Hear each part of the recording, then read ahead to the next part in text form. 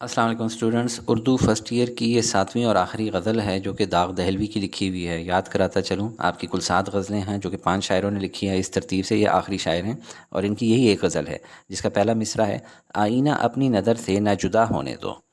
اس غزل کے کل 7 اشعار ہیں اور اس کے قافیہ اور ردیف ہم لوگ دیکھیں تو قافیے کیا ہیں؟ جدا ذرا یا وفا بجا سوا دعا کہا۔ قافیہ کیا ہوتا ہے؟ پیچھے آنے والے کے، ٹھیک ہے، اس کے معنی ہیں اور ہم آواز الفاظ دیں گے۔ اور ردیف کیا ہے؟ ہونے دو ہونے دو ہونے دو۔ اور ردیف کے معنی ہوتے ہیں گھڑ سوار کے پیچھے بیٹھنے کے، ایک یا ایک سے زیادہ الفاظ پر بھی مشتمل ہو سکتا ہے، بغیر تبدیلی کے بار بار آتے ہیں۔ پہلا شعر ہے، آئینہ اپنی نظر سے نہ جدا ہونے دو، کوئی دم اور بھی آپس میں ذرا ہونے دو۔ محبوب کی خود پسندی اور بناؤ سنگھار پر طنز کیا ہے۔ خود پسندی مطلب اپنی ذات کو پسند کرنا۔ مشکل الفاظ کیا ہیں؟ جدا مطلب الگ، کوئی دم کچھ دیر کے لیے۔ مفہوم اس کا اگر دیکھیں تو اچھا ہے کہ محبوب کچھ دیر اور آئینہ دیکھتا رہے اور خود میں مگن رہے۔ اس شعر میں شاعر نے محبوب کے حسن جمال اور اس کے سجنے سنورنے کو موضوع بنایا ہے۔ آئینہ اپنی نظر سے جدا نہ ہونے دینا دراصل محبوب کا آئینہ دیکھتے ہوئے اپنے حسن میں کھوئے رہنا ہے۔ یہ روایتی شاعری کا عام موضوع ہے۔ چونکہ محبوب حسن و جمال کا حامل ہے، اس لیے اسے خود پر ناز بھی ہے اور وہ اپنی آرائش پر بھی بہت توجہ دیتا ہے۔ وہ جب آئینہ دیکھتا ہے تو بہت دیر تک اپنے عکس میں کھویا رہتا ہے، گویا وہ اپنے ہی حسن کی چمک دمک میں گم رہتا ہے۔ اس شعر کا ایک پہلو تو یہ ہے کہ محبوب اگر آئینہ دیکھتا رہے گا تو ضرور وہ اپنے ہی حسن کے جال میں الجھا رہے گا، اسے فرصت ہی نہیں ملے گی کہ وہ کسی اور پر توجہ دے سکے۔ اس لیے بہتر ہے کہ وہ اپنے حسن میں گرفتار رہے۔ اس طرح عاشق اس کے ظلم ستم سے محفوظ رہیں گے، انہیں سکون کا سانس لینے کا موقع ملے گا۔ اردو شاعری کی روایت میں محبوب ظلم و ستم کا عادی ہے، وہ عاشقوں کو چین سے جینے دیتا ہے نہ مرنے دیتا ہے۔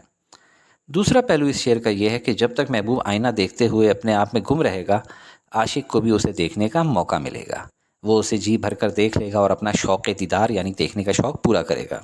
لیکن ان دونوں پہلوؤں کے باوجود اس شعر میں محبوب کے حسن کی تعریف کا ایک پہلو بالواسطہ موجود ہے۔ بالواسطہ مطلب ڈائریکٹ، وہ یہ کہ محبوب اتنا حسین ہے کہ اگر وہ خود بھی اپنا عکس دیکھتا ہے تو بے خود ہو جاتا ہے۔ اگلا شعر ہے، کم نگاہی میں اشارہ ہے، اشارے میں حیا، یا نہ ہونے دو مجھے چین سے یا ہونے دو۔ یہ باریکی ہے خیال کی کہ محبوب تھوڑا تھوڑا دیکھ رہا ہے، شرم و حیا کا لحاظ کرتے ہوئے اشارہ ہے، کہہ رہے ہیں کہ توجہ کرنی ہے تو پوری کرو تاکہ بے چین ہو جاؤں، یا پھر نہ دیکھو تاکہ سکون میں پڑا رہوں۔ کم نگاہی مطلب کم کم دیکھنا، سرسری نظر ڈالنا، کن آنکھیوں سے دیکھنا، چوری چوری دیکھنا، اور چین سکون۔ مفہوم اس کا ہے، محبوب کی کم نگاہی میں جو اشارہ اور حیا ہے وہ مجھے کسی کروٹ چین لینے نہیں دیتا۔ اس شعر میں شاعر محبوب کی اداؤں اور اپنی بے چینی کو بیان کر رہا ہے۔ شاعر کہتا ہے کہ محبوب کی کم نظری میں بھی ایک اشارہ پایا جاتا ہے، اس پر ستم یہ کہ اس اشارے میں شرم و حیا بھی موجود ہے، یعنی کہ محبوب جو اشارہ کر رہا ہے شرم و حیا کے ساتھ کر رہا ہے، جس کے باعث میں عجیب بے قراری کے عالم میں ہوں، مجھے اب کسی کروٹ قرار نہیں ہے۔ ایک طرف ادا نے دیا جلا دیا ہے اور دوسری طرف شرم و حیا نے اس دیے کی لو کو بڑھا دیا ہے۔ اس لیے شاعر الجھن میں ہے اور اسے سمجھ نہیں آ رہی ہے کہ وہ اس ادا کو کیا سمجھے۔ عاشق کے نزدیک اس کے محبوب کی ہر ادا اس کے دل پر قیامت ڈھاتی ہے، جیسا کہ کسی شاعر نے کہا ہے، یہ کن نظروں سے تو نے آج دیکھا کہ تیرا دیکھنا دیکھا نہ جائے۔ اگلا شعر ہے، ہم بھی دیکھیں تو کہاں تک نہ توجہ ہوگی، کوئی دن تذکرہ اہل وفا ہونے دو۔ یہ سہل ممتنع ہے، یعنی اتنا آسان شعر کہ اس سے آسان شعر کہنا لکھنا ممکن ہی نہ ہو۔ تذکرہ کہتے ہیں کہ ذکر کرنے کو، ذکر سے نکلا ہے تذکرہ، اور اہل وفا وفا کرنے والے لوگ، ٹھیک ہے۔ اہل وفا کا محفل میں ذکر ہونے دو، آخر وہ یعنی محبوب ان کی طرف توجہ کرے گا۔ اس شعر میں شاعر محبوب کی بے رخی اور اپنی وفاداری کا تذکرہ کر رہا ہے۔ شاعر کہتا ہے کہ اگر عاشقوں کی وفا مروت اور ان کی قربانیوں کے تذکرے کچھ دن کے لیے کیے جائیں تو محبوب خود بخود عاشقوں کی طرف کھینچا چلا آئے گا۔ دراصل انسانی فطرت ہے کہ جب اس کے سامنے کسی کا ذکر اچھے الفاظ میں کیا جائے اور بار بار کیا جائے تو وہ اس سے متاثر کرتا ہے۔ یہی شاعر کا مدعا ہے کہ اہل وفا یعنی عاشقوں کا ذکر کچھ دن محبوب کی محفل میں کیا جائے تو وہ ضرور ان کی طرف توجہ کر لے گا۔ اگر محبوب عاشق کی وفاداری اور بے غرض محبت کی قدر جان لے تو یہ ممکن نہیں کہ وہ عاشق کی طرف متوجہ نہ ہو۔ اگلا شعر ہے کہ آنکھ ملتے ہی کہوں خاک حقیقت دل کی، دیکھ کر جلوہ میرے ہوش بجا ہونے دو۔ خاک مطلب ذرہ برابر، جلوہ یہاں پہ خاک کا مطلب ذرہ برابر ہے، ورنہ تو خاک کو مٹی کہتے ہیں۔ جلوہ مطلب دیدار، محبوب کے حسن کا نظارہ۔ ہوش بجا ہونا، ہوش سنبھلنا، ہوش میں آنا۔ بڑا ہی زبردست شعر ہے کہ محبوب کو دیکھتے ہی دل کی حالت ایسی ہو جاتی ہے کہ میں کچھ بیان نہیں کر سکتا۔ اس کی تشریح میں آئیں تو اس شعر میں شاعر اپنے محبوب کے سامنے آ جانے کے بعد کی حقیقت بیان کر رہا ہے۔ وہ کہتا ہے کہ جب محبوب سے آنکھ ملتی ہے تو اس کے بعد دل کی حالت ایسی ہو جاتی ہے کہ کچھ بیان کرنے کے قابل ہی نہیں رہتی۔ اس کے بقول اب میں نے جو جلوہ دیکھ لیا ہے اس کے بعد میرے ہوش ٹھکانے لگنے دو، یعنی وقت لگے گا اس میں، پھر ہی میں کوئی بات کر سکوں گا۔ محبوب کے سامنے آنے پر عاشق کا جو حال ہو جاتا ہے وہ ناقابل بیان ہے۔ وہ سمجھتا ہے کہ اس کے بعد اس کی حالت غیر ہو جاتی ہے، اس لیے وہ کوئی اور بات کرنے کے قابل بھی نہیں رہتا۔ اگلا شعر ہے، تم دل آزار بنے رشک کے مسیحا کیسے، کم نہ ہونے دو میرا درد سوا ہونے دو۔ دل آزار، دل کو تکلیف دینے والے، رشک کے مسیحا، وہ جس پہ مسیحا بھی رشک کریں۔ مسیحا ویسے معالج وغیرہ کو کہا جاتا ہے، علاج کرنے والے کی طرح مثل مسیحا۔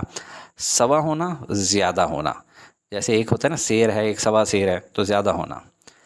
مفہوم اس کا ہے، اے محبوب تم عمر بھر ظلم و ستم کرتے رہے ہو میرے اوپر، تم مسیحائی کے بجائے اپنا ستم جاری رکھو اور میرے درد کو بڑھنے دو۔ یہ بیسیکلی تلمی کا بھی شعر ہے، حضرت عیسیٰ علیہ السلام کی مسیحائی کا حوالہ بھی ہے، کہہ لیں علاج کے ساتھ تشبیہ ہے۔ حضرت عیسیٰ علیہ السلام کا آپ کو پتہ ہے نا معجزہ تھا، وہ بیماروں کو شفا دے دیا کرتے تھے۔ اس میں طنز بھی ہے کہ تم ظالم ہی ٹھیک تھے، دل آزار ہی ٹھیک تھے، تمہارے ساتھ اچھائی یعنی مسیحا بننے کا روپ مناسبت نہیں رکھتا۔ اس شعر میں شاعر کی دل آزار سے محبوب کے روایتی کردار کی طرف اشارہ کر رہا ہے۔ رشک مسیحا ہونے سے مراد اتنا مہربان ہو جانا ہے کہ مسیحا بھی اس پر رشک کریں۔ رشک مسیحا، جس بندے کو دیکھ کر مسیحا بھی رشک کریں، یعنی ایک ڈاکٹر ہے اس کو مسیحا کہا جاتا ہے، لیکن کوئی اتنا زیادہ مسیحا ہو جائے کہ باقی مسیحا اس کو دیکھ کر رشک کریں۔ روایتی شاعری میں محبوب ظالم اور جفاجو ہے، وہ محبوب کی پرواہ نہیں کرتا بلکہ اس پر ستم آزماتا رہتا ہے، اس کی تذلیل کرتا رہتا ہے۔ شاعر تمام عمر اپنے محبوب کی طرف سے ہونے والے مظالم کا ذکر کرتا ہے اور کہتا ہے کہ اب اگر وہ اچانک مہربان ہو گیا ہے اور اچانک مسیحائی کرنے لگا ہے تو شاعر حیرت زدہ ہے، کیونکہ اس کو درد سہنے کی عادت ہو گئی ہے۔ اب اس درد میں اس کو لذت ملتی ہے، اس لیے وہ اپنے محبوب سے مخاطب ہو کر کہتا ہے کہ وہ اپنی جفا اور ظلم جاری رکھے اور میرے درد کو کم نہ ہونے دے، کہ اب اسی میں زندگی کی لذت ہے، گویا اس کے لیے محبوب کا ظلم و ستم ہی دوا ہے۔ کیا نہ آئے گا اسے خوف میرے قتل کے بعد، دست قاتل کو ذرا دست دعا ہونے دو۔ یہ بھی بہت آسان شعر ہے، سہل ممتنع ہے، یعنی اتنا آسان شعر کہ اس سے آسان شعر کہنا ممکن نہ ہو۔ دست کہتے ہیں ہاتھ کو، دست قاتل قاتل کا ہاتھ، اور دست دعا دعا والا ہاتھ۔ جب میرا محبوب مجھے قتل کرنے کے بعد کبھی دعا مانگے گا تو وہ میرے ناحق قتل سے ضرور خوفزدہ ہوگا۔ ناحق قتل مطلب ناجائز قتل۔ اس شعر میں شاعر محبوب کے ظلم و ستم کو موضوع بنا رہا ہے۔ جیسا کہ روایتی شاعری میں محبوب ہمیشہ سنگ دل ہوتا ہے، وہ ہمیشہ عاشق پر ستم ڈھاتا ہے، یہاں تک کہ جب اس کے ستم حد سے بڑھ جائیں تو وہ عاشق کو قتل کرنے سے بھی گریز نہیں کرتا۔ اس پس منظر میں شاعر کہہ رہا ہے کہ اگرچہ میرے محبوب نے مجھے ناحق قتل تو کر دیا ہے، لیکن میرا خون بیکار نہیں جائے گا، بلکہ یہ محبوب کے دل میں ندامت اور پچھتاوا پیدا کر دے گا۔ اسے جب میری وفا شیاری، محبت اور اخلاص یاد آئے گا تو وہ ضرور شرمندہ ہوگا، اور جب دعا کے لیے ہاتھ اٹھائے گا تو خوفزدہ بھی ہوگا، کیونکہ میرا خون ناحق اس کی گردن پر ہوگا۔ یہ آخری شعر ہے جو کہ مقطع ہے۔ جب سنا داغ کوئی دم میں فنا ہوتا ہے، اس ستمگر نے اشارے سے کہا ہونے دو۔ بہت ہی خوبصورت شعر ہے۔ کوئی دم، کچھ لمحے، کچھ سانسوں میں، فنا ہونا، ختم ہونا، مرنا، ستمگر مطلب ظالم، اور ہونے دو مرنے دو۔ یعنی جب محبوب نے سنا کہ داغ کچھ دیر میں مرنے والا ہے تو اس ظالم نے اشارے سے کہا کہ مرنے دو، ہاتھ کے اشارے سے، یعنی زبان سے کہنا بھی گوارا نہ کیا۔ کلاسیکل غزل کے یہ آخری نمائندہ شاعر ہیں داغ دہلوی۔ مقطع میں داغ دہلوی نے محبوب کی بے حسی کا نقشہ کھینچا ہے، ایسی بے حسی کہ کسی کی جان بھی چلی جائے تو اسے پرواہ تک نہیں ہے، کوئی اس کے انتظار میں مر رہا ہے تو اسے کوئی فرق نہیں پڑتا۔ یہ ایک طے شدہ حقیقت ہے کہ ایک عاشق اپنے محبوب کو پانے کے لیے اپنی تمام زندگی وقف کر دیتا ہے۔ اس سلسلے میں جتنی تکلیفیں بھی آئیں عاشق انہیں بخوشی جھیلتا ہے، کبھی گلہ نہیں کرتا، حالانکہ محبوب کو پانے میں سارا زمانہ، رشتہ دار سب اس کی مخالفت کرتے ہیں، حتیٰ کہ محبوب خود بھی سنگ دلی کا پیکر بنا رہتا ہے، اور اسی بنا پر عاشق زندگی سے منہ موڑ لیتا ہے۔ حد تو یہ ہے کہ سنگ دل محبوب یہ جان کر بھی ٹس سے مس نہیں ہوتا کہ اس کا عاشق اس کی بے رحمی اور سفاکی کے باعث موت کے گھاٹ اتر رہا ہے۔ اس کے باوجود وہ لاپرواہی سے کہہ دیتا ہے کہ وہ مرتا ہے تو مرنے دو، اور وہ بھی فقط ہاتھ کے اشارے سے، زبان سے کہنا بھی گوارا نہیں کرتا۔ در حقیقت مقطع میں داغ نے محبوب کی اسی بے حسی اور حد درجہ سفاکی کا اظہار کیا ہے۔ امید ہے آپ کو یہ ویڈیو پسند آئی ہوگی۔ ایسی صورت میں لائک کریں، اور اگر پسند نہیں آئی تو ڈس لائک کر کے کمنٹ میں وجہ ضرور بتائیں۔ شکریہ۔